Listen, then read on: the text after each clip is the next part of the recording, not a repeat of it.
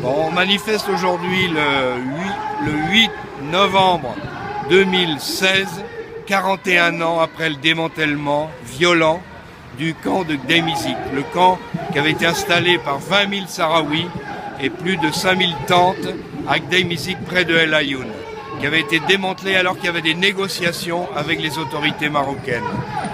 Il y a eu, suite à ce démantèlement, des prisonniers, des Sahraouis ont été arrêtés, certains ont été libérés parce qu'il y a eu des manifestations grandes à El Ayoun, mais il y a toujours un groupe de militants sahraouis en prison, le groupe de Gdeim-Izik, qui sont aujourd'hui condamnés de 20 ans à perpétuité et qui viennent d'entamer, qui sont pour la 6e année en prison, qui sont toujours pas libérés, alors que la Cour de cassation marocaine a renvoyé leur procès devant un tribunal civil.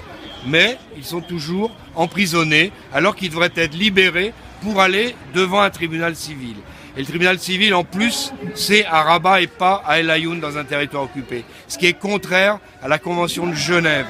Donc nous manifestons aujourd'hui, c'est essentiellement pour commémorer ce démantèlement, pour demander la libération des prisonniers politiques sahraouis, mais aussi, et ça c'est là une des revendications principales du peuple sahraoui, qui demande à se décider librement de ce qu'il a, son avenir, librement et démocratiquement.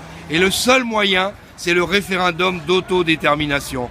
On voudrait que la France arrête de soutenir le Maroc, que le gouvernement français soit pas toujours le relais des autorités marocaines, que ce soit à l'ONU, que ce soit en France, et soutienne les thèses marocaines. On voudrait que le gouvernement français agisse plus pour que les vraies négociations s'engagent et que le référendum ait lieu.